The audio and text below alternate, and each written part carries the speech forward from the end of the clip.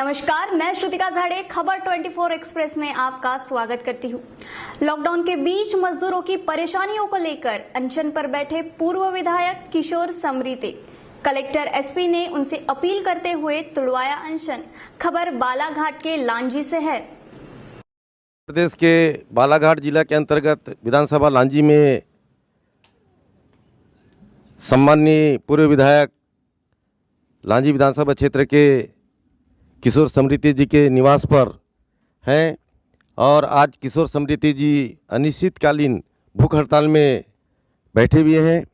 उसी तारतम्य में हम इसकी जानकारी लेने यहाँ पर आए हैं और आपको बता दूं, किशोर समरीते जी बहुत बड़ी हस्ती हैं और जब लांजी क्षेत्र में 2007 में उपचुनाव हुआ था उस समय जेल से चुनाव जीते थे और विधायक बने थे।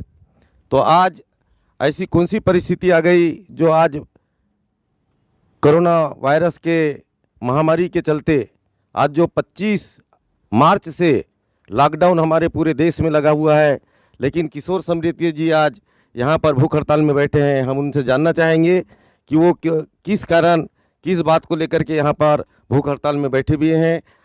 तो समरीते जी, आप बताएं कि आज जो इस महामारी के समय पर आपको क्यों धरने पर बैठने की आवश्यकता पड़ी?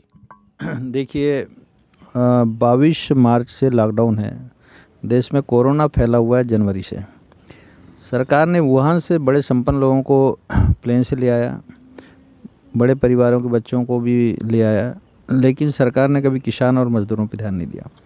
22 मार्च से लॉकडाउन जो WHO की जो गाइडलाइन है उसके हिसाब से 10 जून तक होना है और इस देश के कम से कम 60 करोड़ मजदूर जिनको अपने घरों में जाना है। आपको पता है कि भारत भावनात्मक देश है।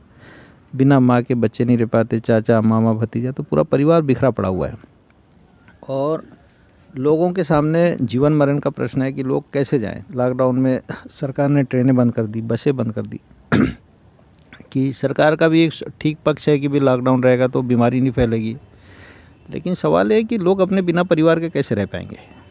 परदेश में नाली के किनारे पड़े हैं, सड़कों के किनारे पड़े हैं, जो ठेकेदार उनको लेके गया उनको छोड़ के भाग गया। तो इन मज़दूरों के बारे में तो आपको सोचना पड़ेगा।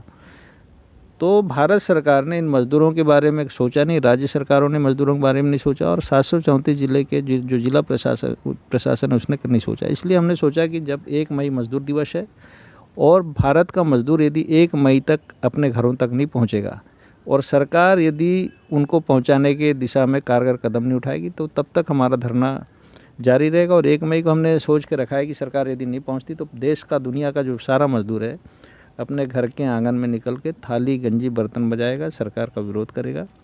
तो हम इस बात को लेके बैठे हुए हैं। अभी सर, ये लॉकडाउन के अंतर्गत जब से लॉकडाउन लगा है तब से हमारे बालाघाट जिले में जो बाहर जो मजदूर थे वो कितने मजदूर करीब यहाँ पर पहुँच चुके हैं? अभी तक लगभग 21 तारीख से, जब 21 मार्च को जब पहला लॉकडाउन हुआ था उसके बाद से 55,000 के आसपास मजदूर अभी यहाँ पहुँच चुके हैं। सर, आगामी जो लोग रुके हुए हैं उनके लिए क्या व्यवस्था की गई है?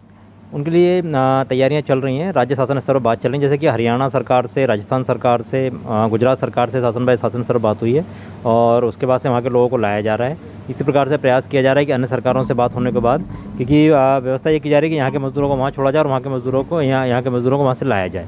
तो इस प्रकार की बातें सभी राज्यों से चल रही हैं। अभी 3 राज्यों से हो चुकी है। मुझे लगता है कि जल्दी ही अन्य राज्यों से ये बात हो जाएगी। बालाघाट जिले के जो मजदूर, उनकी जानकारी बालाघाट जिले के द्वारा भेज दी गई है। कितने मजदूर हमारे हैं? हमारे सबसे ज़्यादा मजदूर तेलंगाना में है, लगभग 9,500।